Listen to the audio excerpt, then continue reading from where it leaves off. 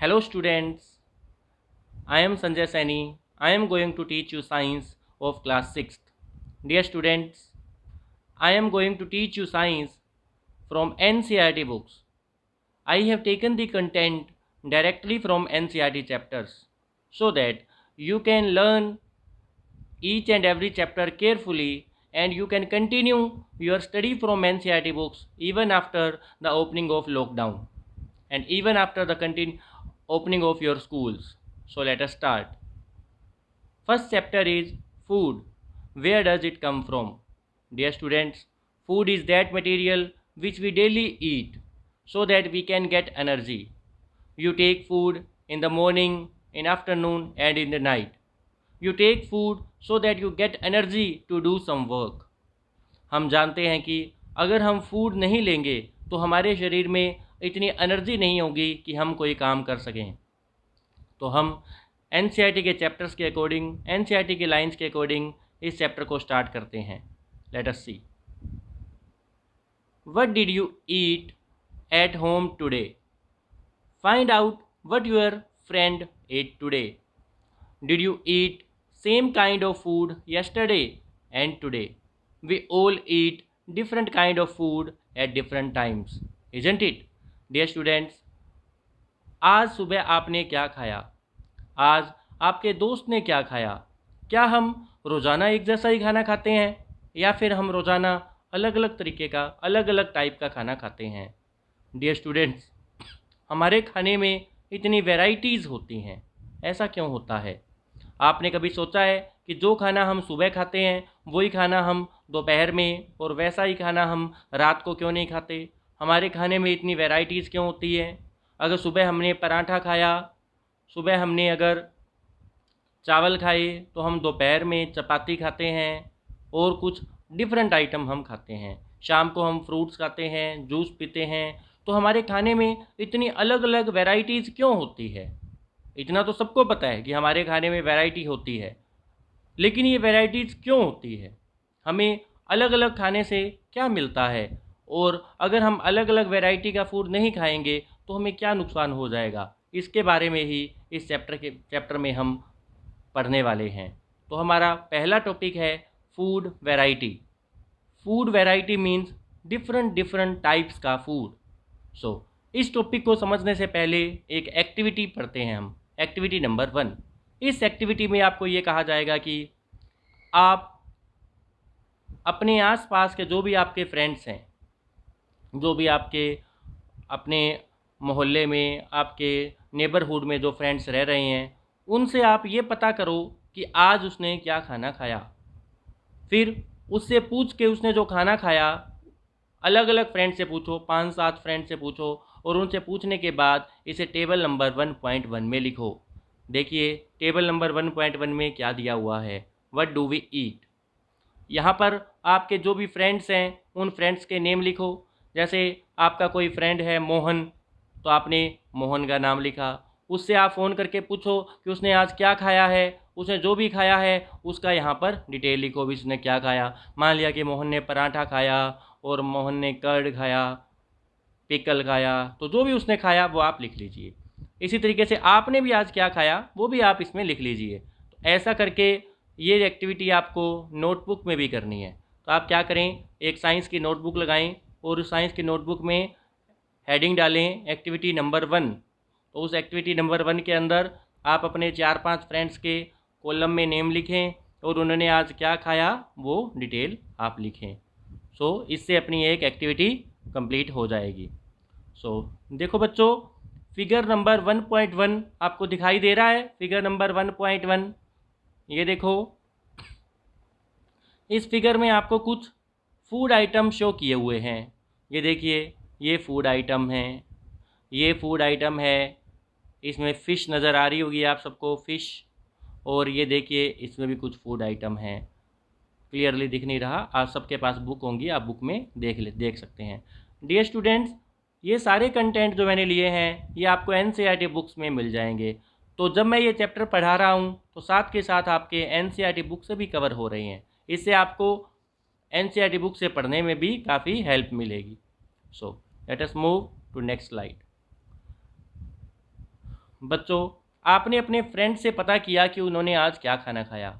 आपने देखा कि सब ने डिफरेंट डिफरेंट टाइप का ब्रेकफास्ट किया, सब ने डिफरेंट टाइप का लंच लंच खाया। तो सब बच्चे अलग अलग टाइप का खाना खाते हैं। There seems to be so much variety in food that we eat. हमने देखा कि हमारे खाने में बहुत सारी अलग अलग वेराइटीज़ हैं। What are these food items made of.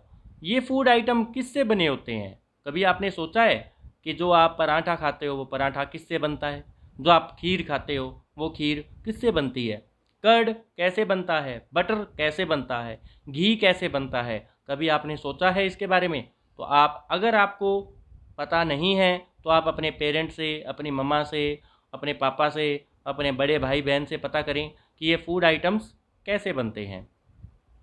Think about rice cooked at home.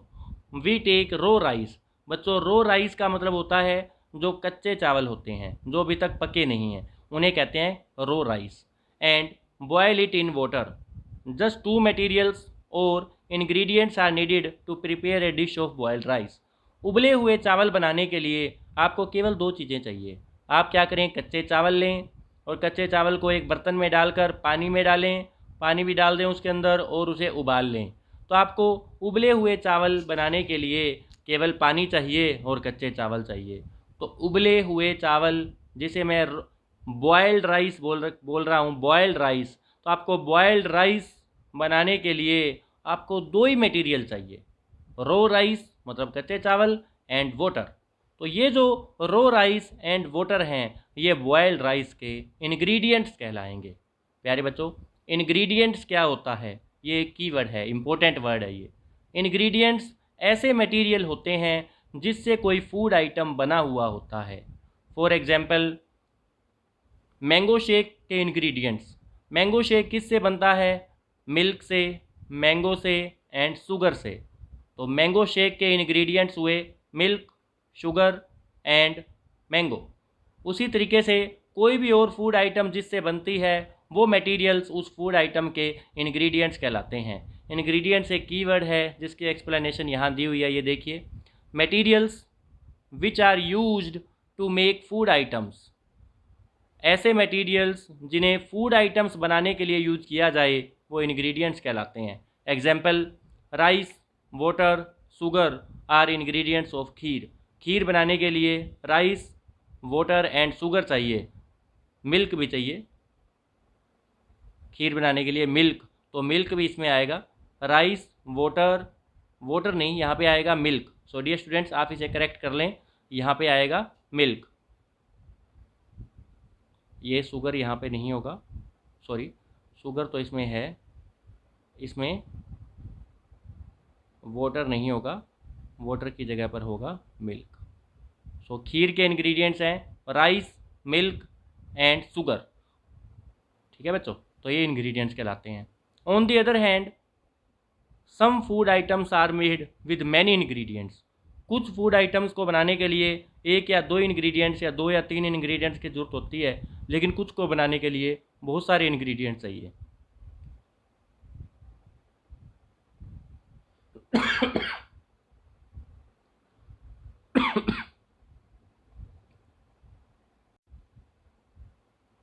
For example, अगर हमें वेजिटेबल करी बनानी है, ये देखिए, to prepare vegetable curry we need different kinds of vegetables, salt, spices, oils and so on.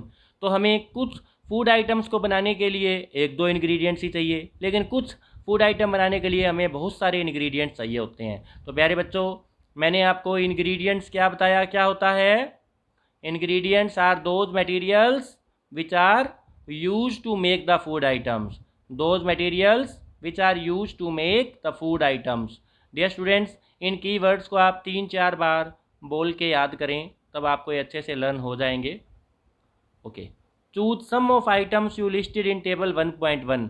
Dear students, आपने जो table 1.1 बनाई थी, उस 1.1 में आपके फ्रेंड्स ने जो भी खाया था, आपके फ्रेंड्स से आपने पता किया कि उन्होंने क्या खाया। उन्होंने जो कुछ भी खाया, वो खाए हुए फूड आइटम्स आप इस नई टेबल में इधर लिखें, टेबल नंबर 1.2 में। और इन फूड आइटम्स को बनाने के लिए जो इंग्रेडिएंट्स चाहिए वो आप इस कॉलम में लिखें। जैसे मान लेते हैं आपका कोई फ्रेंड है मोहन, और मोहन ने रोटी खाई, रोटी। तो रोटी को बनाने के लिए क्या इंग्रेडिएंट्स चाहिए, रोटी कैसे बनती है? आपको पता होगा रोटी आटे से बनती है। आटे के अंदर कभी कुछ कुछ लोग उसमें नमक भी मिलाते हैं, फिर आटे में पानी मिलाया जाता है तो उसका डो बनाया जाता है। तो इस तरीके से रोटी बनाने के लिए आटा और पानी चाहिए या कभी कभी नमक चाहिए। मान लेते हैं कि आपने दाल खाई, तो दाल को बनाने के लिए क्या क्या चीज़ आपको चाहिए? Pulses, water, salt, spices, oil, ghee. तो ये चीज़ें आपको चाहिए। तो इसका मतलब आपने जो जो खाना खाया उनके नेम इधर लिखें और उनके जो इंग्रेडिएंट्स हैं वो आप इस तरफ लिखें। Okay, what do we find? Do we find some ingredients common for different food items discuss in class? क्या इसमें ऐसे कोई इंग्रेडिएंट्स आए थे जो सभी खाने में डल रहे हैं? मतलब चाहे आप कोई मर्जी फूड आइटम बनाओ, सब में कोई कॉमन इंग्रेडिएंट्स डल ही रहे हैं। जैसे ज़्यादातर आप ये देखोगे कि वाटर सभी इंग्रेडिएंट सभी फूड आइटम्स में डाला जाता है। जनरली ऐसा ज़रूरी नहीं है कि सभी में डाला जाए, लेकिन फिर भी वाटर ज़्यादातर फूड आइटम्स में डाला जाता है। ऐसे सॉल्ट, स्पाइसेस, ये बहुत सारे फूड आइटम्स में डलते हैं। So where do these ingredients come from? ये इंग्रेडिएंट्स कहाँ से आते हैं? हमें वाटर कहाँ से मिलता है, हमें सॉल्ट कहाँ से मिलता है, हमें स्पाइसेस कहाँ से मिलते हैं? अब हम इसके बारे में पढ़ने वाले हैं। Food materials and sources. Different food materials कौन कौन से होते हैं और उनके सोर्सेज हमें कहाँ से मिलते हैं? It may B easy for us to guess the sources of some of the ingredients that we listed in table 1.2। हमने जो टेबल 1.2 बनाई उसमें जो हमने आइटम्स लिखे कि ये इंग्रेडिएंट्स हैं, उन इंग्रेडिएंट्स कहाँ से आते हैं, इसके बारे में हम उसके सोर्सेज का हम पता लगा सकते हैं। जैसे हमने एक देखा फूड आइटम रोटी को बनाने के लिए चाहिए आटा और पानी। अब आटा कहाँ से आता है? आटा हमें मिलता है वीट से। बच्चों, खेतों में वीट उगाया जाता है, वीट जिसे हम गेहूं भी कहते हैं, गेहूं, या पंजाब में कणक भी कहते हैं, कणक, गेहूं। तो गेहूं जो खेतों में उगाया जाता है, उस गेहूं को पीसने से गेहूं का आटा मिलता है और गेहूं के आटे से फिर रोटी बनाई जाती है। तो आपसे कोई पूछे आटे का सोर्स क्या है, तो आप कहोगे वीट। अब वीट क्या है? वीट एक प्रकार का एक प्लांट होता है जो हम खेतों में उगाते हैं, प्लांट। तो आटे का सोर्स क्या हुआ? प्लांट उसका सोर्स हुआ। इसी तरीके से जैसे अपने पास कोई डिश है, जैसे मान लेते हैं अपने पास है कोई वेजिटेबल डिश है, जैसे मान लो कोई सब्जी बनी है, तो सब्जी में कुछ जो इंग्रेडिएंट्स हैं, जैसे उसके अंदर मान लेते हैं टोमेटो गिरा, तो टोमेटो डाला, तो टोमेटो का सोर्स क्या है? कहाँ से टोमेटो आया? टोमेटो खेत से हमें मिलता है, क्योंकि खेत में टोमेटो का प्लांट लगाते हैं और उस प्लांट से हमें टोमेटो मिलता है। इसी तरीके से स्पाइसेस भी हमें प्लांट से ही मिलते हैं या कुछ रॉक से मिलते हैं। जैसे सोल्ट हमें रॉक से मिलता है, स्पाइसेस हमें प्लांट से मिलते हैं। तो ये उनके सोर्सेज होते हैं कि हमें ये मिल कहाँ से रहे हैं। तो इस टॉपिक में हम डिफरेंट इंग्रेडिएंट्स के सोर्सेज के बारे में पढ़ने वाले हैं। Food materials and sources. It may be easy for us to guess the source of some of ingredients that we listed in table 1.2। Fruits, vegetables for instance, where do they come from? Fruits और vegetables कहाँ से आती हैं? Plant से आते हैं। सबको पता है प्लांट से ट्रीज से हमें फ्रूट्स एंड वेजिटेबल्स मिलते हैं। What are the sources of rice और वीट? राइस और वीट हमें कहाँ से मिलते हैं? मैंने आपको बताया ये भी हमें प्लांट से मिलते हैं, खेतों से। You may have seen paddy और wheat fields with rows and rows of plants. आपने खेतों में देखा होगा कि खेतों में चावल के पौधे और गेहूं के पौधे लगे होते हैं, ऐसे लाइनों की फॉर्म में। ये देखो ऐसे जैसे दिखा रखे हैं, ऐसे लाइनों की फॉर्म में चावल के और गेहूं के पौधे लगे हुए होते हैं। फिर जब वो पक जाते हैं तो किसान उन्हें काट लेते हैं। फसल को काटने के बाद किसी न किसी व्हीकल में, किसी न किसी कैरेज व्हीकल के अंदर, जैसे ये बैलगाड़ी है, बैलगाड़ी में उनको वो सीड्स को डाल के मंडी में लेके जाते हैं, अनाज मंडी में, और फिर वहाँ से वो बेचते हैं। तो इस तरीके से हमारे पास वीट हमें मिलता है। And then there are food items like milk, eggs and meat. Dear students, ये फूड आइटम्स हमें कहाँ से मिलते हैं? मिल्क हमें क्या प्लांट से मिलता है? नहीं, प्लांट से तो हमें मिल्क नहीं मिलता। हमें मिल्क तो या तो बुफेलो से मिलता है, या गोट से मिलता है, या काओ से मिलता है, हमें तो एनिमल से मिलता है। तो ये जो फूड आइटम्स हैं, मिल्क, एग्स, मीट, ये हमें प्लांट से नहीं मिलते, ये हमें एनिमल से मिलते हैं। तो हमने देखा हमारे पास या तो प्लांट से फूड आइटम मिलते हैं और या हमें एनिमल से फूड आइटम मिलते हैं। तो ये देखो बच्चों, ये फिगर में दिखाया हुआ है, ये ऊपर वाले जो फूड आइटम्स हैं ये तो हमें प्लांट से मिल रहे हैं, तो इनका सोर्स है प्लांट सोर्सेज। और ये जो फूड आइटम्स हैं ये हमें एनिमल से मिल रहे हैं, इसलिए इनका सोर्स है एनिमल सोर्सेज। ये हमने पढ़ ही लिया। नेक्स्ट देखो, activity number 3। Let us take food items listed earlier and try to find out where they come from. हमने अब कुछ फूड आइटम्स की लिस्ट बनाई है और अब पता लगाते हैं कि ये फूड आइटम्स कहाँ से आते हैं। इस टेबल में देखिए, इडली है फूड आइटम। इडली किससे बनती है, वो हो गए उसके इडली के इंग्रेडिएंट्स। इडली के इंग्रेडिएंट्स हैं राइस, उड़द दाल, सॉल्ट, वाटर। अब इस कॉलम में है कि इनके सोर्सेज क्या हैं। राइस का सोर्स क्या है बच्चों, बताओ। राइस हमें कहाँ से मिलता है, प्लांट से, तो राइस का सोर्स है प्लांट। उड़द दाल कहाँ से मिलती है, प्लांट से, तो इसका सोर्स है प्लांट। सॉल्ट कहाँ से मिलता है, सॉल्ट। डियर स्टूडेंट्स, सॉल्ट के अलग अलग सोर्सेज हैं। सॉल्ट हमें वाटर से भी मिलता है, ओशियन के वाटर से। सॉल्ट हमें लेक के वाटर से भी मिलता है। सॉल्ट हमें रॉक से भी मिलता है। तो सॉल्ट अलग अलग जगह से हमें मिल सकता है, तो हम उसका सोर्स कुछ भी लिख सकते हैं, रॉक या वाटर, कुछ भी लिख सकते हैं। और वाटर हमें कहाँ से मिलता है, वाटर हमें रिवर से, हैंडपम्प से। तो ये हो गए सोर्स वाटर के। कुछ और आपको भी जो पता हो, कैनाल से, पॉन्ड से, लेक से, तो ये वाटर के सोर्सेज हो जाएंगे। तो इस टाइप से आप इधर लिखोगे फूड आइटम, यहाँ उसके इंग्रेडिएंट्स और यहाँ उसके सोर्सेज। कुछ सोर्सेज लिखे हुए हैं, जो सोर्सेज नहीं लिखे हुए वो आप खुद लिखेंगे। जैसे चिकन करी को बनाने के लिए इंग्रेडिएंट चाहिए चिकन, स्पाइसेस, ऑयल, वाटर।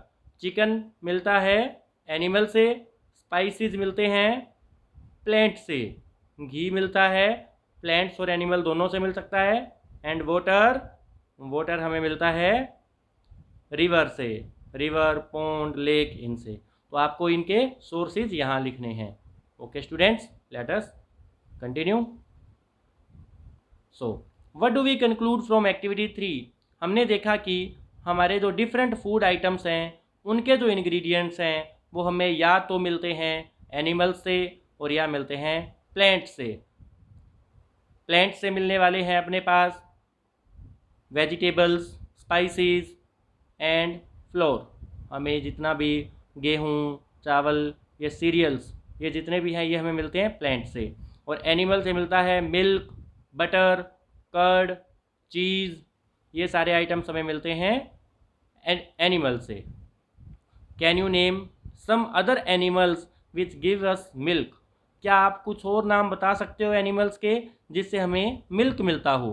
हम मिल्क देने वाले एनिमल्स के नेम जानते हैं, काऊ, बफेलो, गोट। क्या कोई और भी एनिमल्स ऐसे हैं जिससे हमें मिल्क मिलता है, उसके नेम आप मुझे कमेंट बॉक्स में बताएं। सो डियर स्टूडेंट्स, तो हमने अब तक पढ़ा इंग्रेडिएंट्स क्या होते हैं। किसी फूड आइटम को बनाने के लिए जो मटेरियल चाहिए उसे हम इंग्रेडिएंट्स कहते हैं। फिर हमने पढ़ा इंग्रेडिएंट्स के सोर्सेज क्या होते हैं। इंग्रेडिएंट के सोर्सेज 2 टाइप्स के हैं, animal sources and plant sources. सो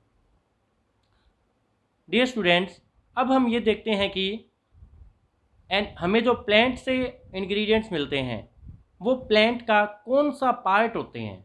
जैसे मैंगो, अब मैंगो ट्री से मिलता है, तो वो मैंगो ट्री का कौन सा पार्ट है। क्या वो मैंगो ट्री की, मैंगो जो होता है जिसे हम खाते हैं, क्या वो मैंगो ट्री की रूट्स होती हैं, क्या वो मैंगो ट्री का सीड होता है, या वो मैंगो ट्री का फ्रूट होता है। तो हम ये देखेंगे कि जो फूड आइटम्स हम खाते हैं वो प्लांट का कौन सा पार्ट होते हैं।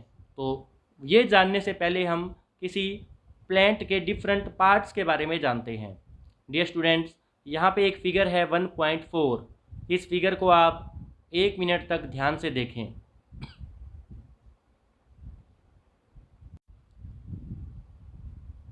आप इस फिगर को 1 मिनट तक ध्यान से देखें और ये पता लगाएं कि इस प्लांट के कौन कौन से पार्ट्स हैं। चलो हम नीचे से स्टार्ट करते हैं।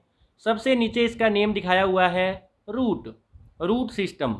रूट सिस्टम में 2 टाइप्स की रूट्स हैं, primary root and secondary root. Primary root इस मेन वाली रूट को कहा हुआ है जो बिल्कुल सीधी नीचे तक जा रही है, और इस प्राइमरी रूट से निकलने वाली जो साइड में रूट्स निकल रही हैं इनको कहा हुआ है secondary roots. So dear students, root वो पार्ट है जो ज़मीन के नीचे रहता है, अर्थ के नीचे। इस अर्थ के नीचे के पार्ट को रूट सिस्टम कहा गया है। इसमें भी 2 टाइप हैं, 2 पार्ट्स हैं। एक ये बिल्कुल सीधी रूट है, बिल्कुल सीधी नीचे जा रही है, ये प्राइमरी रूट, और इस प्राइमरी रूट से जो सेकेंडरी रूट्स निकल रही हैं, साइड में रूट्स निकल रही हैं, वो सेकेंडरी रूट्स। ओके, अब उसके ऊपर वाले हिस्से पे आते हैं। इसके ज़मीन के ऊपर वाला हिस्सा, इसमें ये जो लंबी डंडी है बिल्कुल सीधी, इसे कहते हैं स्टेम।